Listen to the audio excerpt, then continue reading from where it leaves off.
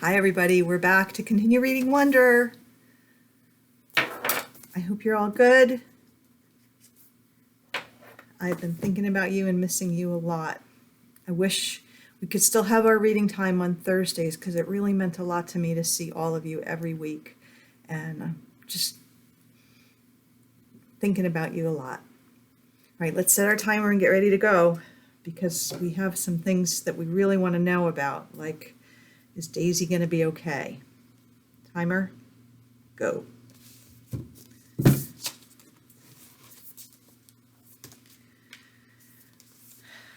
Daisy's toys. Justin came over about a half an hour later. He gave me a big hug and said, "Sorry, Augie." We all sat down in the living room, not saying anything. For some reason, Via and I had taken all of Daisy's toys from around the house and had put them in a little pile on the coffee table. Now we just stared at the pile. "She really is the greatest dog in the world," said Via. "I know," said Justin, rubbing Via's back. "She just started whimpering, like all of a sudden," I said. Via nodded. "Like 2 seconds after you left the table," she said. "Mom was going to go after you, but Daisy just started, like, whimpering." "Like how?" I said. "Just whimpering, I don't know."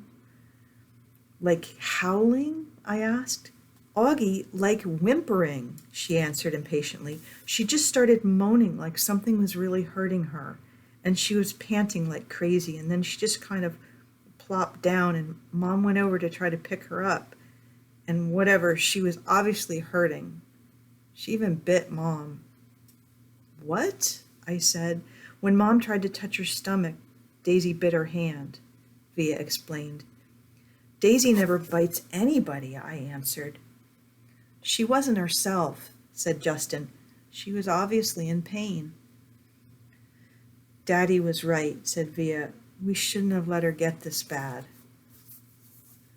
"What do you mean?" I said. "He knew she was sick?" "Augie, Mom's been taking her to the vet like 3 times in the last 2 months. She's been throwing up left and right. Haven't you noticed?" "But I didn't know she was sick." Via didn't say anything, but she put her arm around my shoulders and pulled me closer to her, and I started to cry again. "I'm sorry, Augie," she said softly. "I'm really sorry about everything, okay? Will you forgive me? You know how much I love you, right?" I nodded. Somehow that fight didn't matter much now. "Was Mommy bleeding?" I asked. "It was just a little nip," said Via, "right there," and she pointed to the bottom of her thumb to show me exactly where Daisy had bitten Mom. "Did it hurt her?" "Mommy's okay, Augie. She's fine." Mom and Dad came home 2 hours later. We knew the second they opened the door and Daisy wasn't with them that Daisy was gone. We all sat down in the living room around the pile of Daisy's toys. Dad told us what had happened at the animal hospital, how the vet took Daisy for some x-rays and blood tests, and then came back and told them that she had a huge mass in her stomach. She was having trouble breathing. Mom and Dad didn't want her to suffer, so Daddy picked her up in his arms like he always liked to do, with her legs straight up in the air while he and Mom kissed her goodbye over and over again and whispered to her while the vet put a needle in her leg. And then, after about a minute, she died in Daddy's arms. It was so peaceful, she said, and she wasn't in any pain at all. It was like she was just going to sleep. A couple times while he talked, Dad's voice got trembly and he cleared his throat. I've never seen Dad cry before, but I saw him cry tonight. I had gone into Mom and Dad's bedroom looking for Mom to put me to bed, but saw Dad sitting on the edge of the bed, taking off his socks. His back was to the door, so he didn't know I was there. At first I thought he was laughing because his shoulders were shaking, but then he put his palms on his eyes and I realized he was crying. It was the quietest crying I've ever heard, like a whisper. I was going to go over to him, but then I thought maybe he was whisper crying because he didn't want me or anybody else to hear him. So I walked out and went to Via's room, and I saw Mom lying next to Via on the bed, and Mom was whispering to Via, who was crying. So I went to my bed and put on my pajamas without anyone telling me to, and I put the nightlight on and turned the light off and crawled into the little mountain of stuffed animals I had left on my bed earlier. It felt like all of that had happened 1,000,000 years ago. I took off my hearing aids and put them on the night table and pulled my covers up to my ears, and I imagined Daisy snuggling with me, her big wet tongue licking my face all over like it was her favorite face in the world. And that's how I fell asleep. Heaven. I woke up later on and it was still dark. I got out of bed and walked into Mom and Dad's bedroom. "Mommy," I whispered. It was completely dark, so I couldn't see her open her eyes. "Mommy, you okay, honey?" she said groggily. "Can I sleep with you?" Mom scooted over toward Daddy's side of the bed, and I snuggled up next to her. She kissed my hair. "Is your hand okay?" I said. "Via told me Daisy bit you." "It was only a nip," she whispered in my ear. "Mommy," I started crying. "I'm sorry about what I said." "Shh, there's nothing to be sorry about," she said so quietly I could barely hear her. She was rubbing the side of her face against my face. "Is Via ashamed of me?" I asked.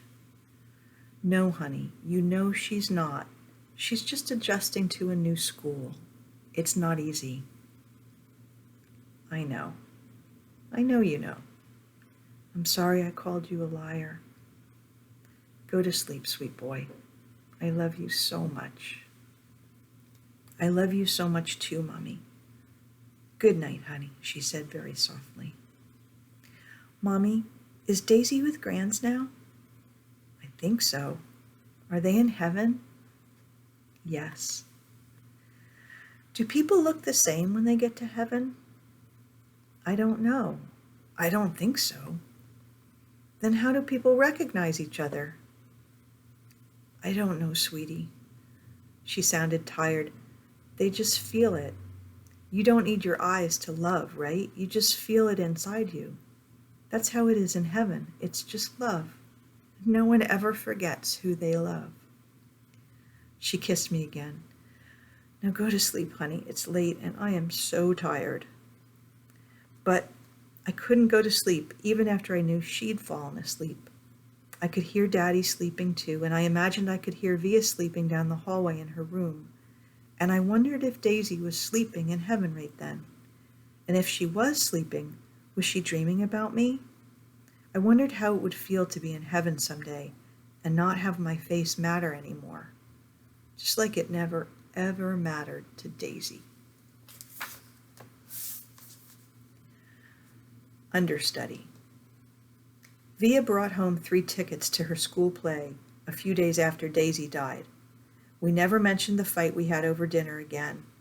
On the night of the play, right before she and Justin were leaving to get to their school early, she gave me a big hug, and she told me she loved me and she was proud to be my sister. This was my first time in Via's new school. It was much bigger than her old school and 1,000 times bigger than my school. More hallways, more room for people. The only bad thing about my bionic Lobot hearing aids was the fact that I couldn't wear a baseball cap anymore. In situations like these, baseball caps come in really handy. Sometimes I wish I could still get away with wearing that old astronaut helmet I used to wear when I was little. Believe it or not, people would think seeing a kid in an astronaut helmet was a lot less weird than seeing my face.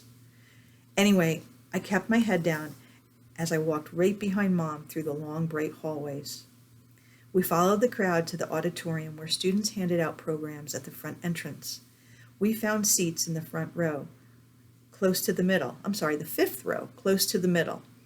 As soon as we sat down, Mom started looking inside her pocketbook. "I Can't believe I forgot my glasses, she said. Dad shook his head.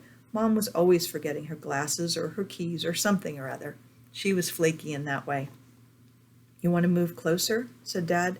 Mom squinted at the stage. No, I can see okay. Speak now or forever hold your peace, said Dad.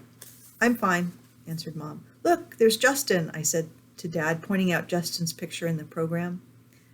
That's a nice picture of him, he answered, nodding. How come there's no picture of Via? I said. She's an understudy, said Mom, but look, here's her name. Why do they call her an understudy? I asked. Wow, look at Miranda's picture, said Mom to Dad. I don't think I would have recognized her. Why do they call it an understudy? I repeated. It's what they call someone who replaces an actor if he can't perform for one reason or another, answered Mom. Did you hear Martin's getting remarried? Dad said to Mom. Are you kidding me? Mom answered like she was surprised. Who's Martin? I asked. Miranda's father, Mom answered, and then to Dad, who told you? I ran into Miranda's mother in the subway. She's not happy about it. He has a new baby on the way and everything. Wow, said Mom, shaking her head. What are you guys talking about? I said. Nothing, she answered Dad.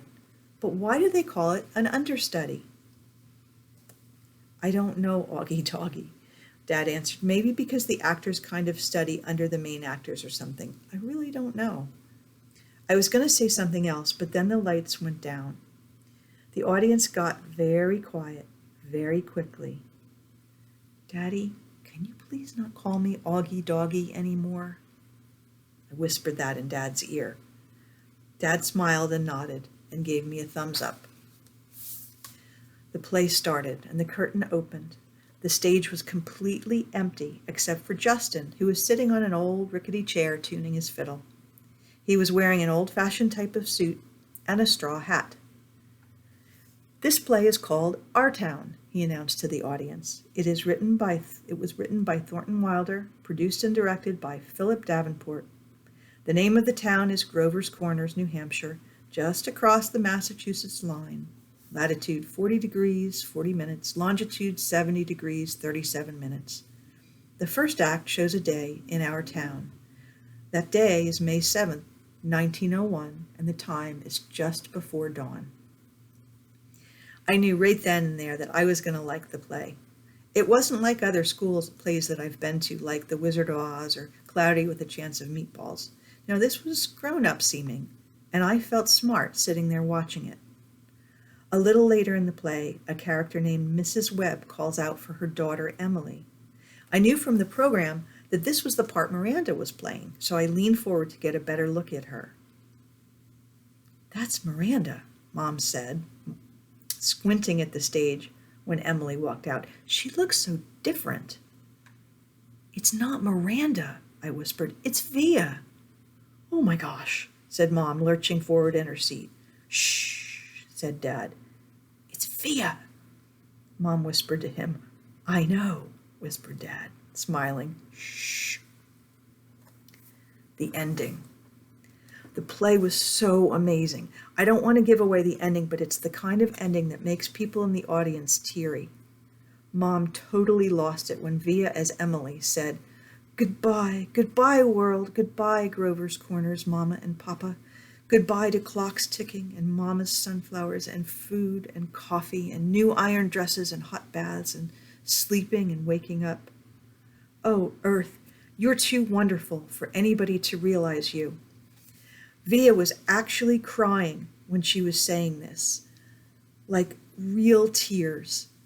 I could see them rolling down her cheeks. It was totally awesome. After the curtain closed, everyone in the audience started clapping, and then the actors came out one by one.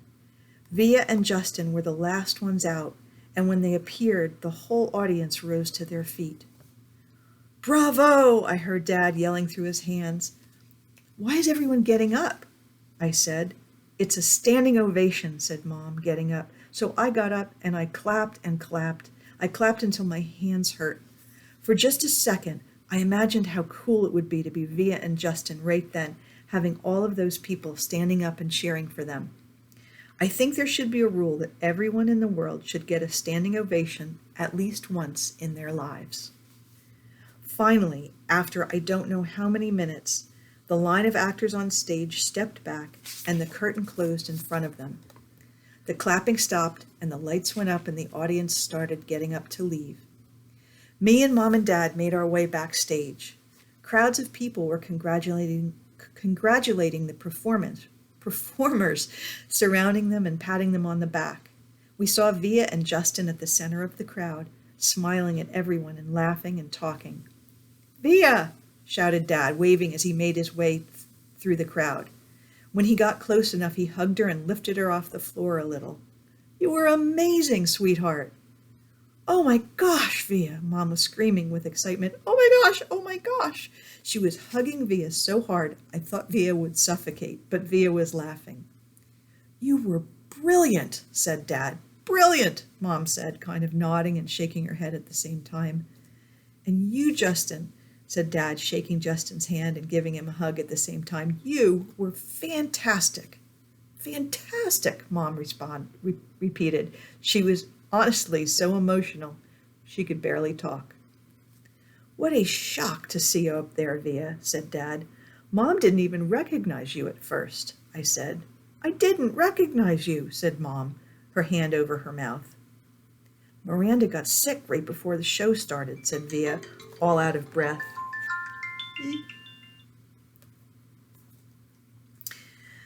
"Miranda got sick right before the show started. There wasn't even time to make an announcement. I have to say she looked kind of strange because she was wearing all this makeup and I'd never seen her like this before." "And you just stepped in there right at the last minute?" said Dad. "Wow." "She was amazing, wasn't she?" said Justin, his arm around Via. "There wasn't a dry eye in the house," said Dad. "Is Miranda okay?" I said, but no one heard me. At that moment, a man who I think was their teacher came over to Justin and Via, clapping his hands. "Bravo! Bravo! Olivia and Justin!" He kissed Via on both cheeks. "I flubbed a couple of lines," said Via, shaking her head. "But you got through it," said the man, smiling ear to ear. "Mr. Davenport, these are my parents," said Via. "You must be so proud of your girl," he said, shaking their hands with both of his hands. "We are. And this is my little brother, August," said Via. He looked like he was going to say something, but suddenly froze when he looked at me. "Mr. D," said Justin, pulling him by the arm, "come meet my mom." Via was about to say something to me, but then someone else came over and started talking to her, and before I knew it, I was kind of alone in the crowd.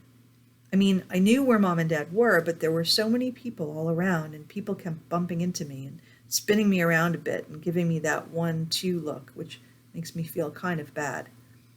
I don't know if it was because I was feeling hot or something, but I kind of started getting dizzy. People's faces were blurring in my head, and their voices were so loud it almost hurt my ears. I tried to turn the volume down on my Lobot ears, but I got confused and turned them louder at first, which kind of shocked me. And then I looked up and I didn't see Mom or Dad or Via anywhere. "Via?" I yelled out. I started pushing through the crowd to find Mom. "Mommy!" I couldn't really see anything but people's stomachs and thighs all around me. "Mommy?" Suddenly, someone picked me up from behind.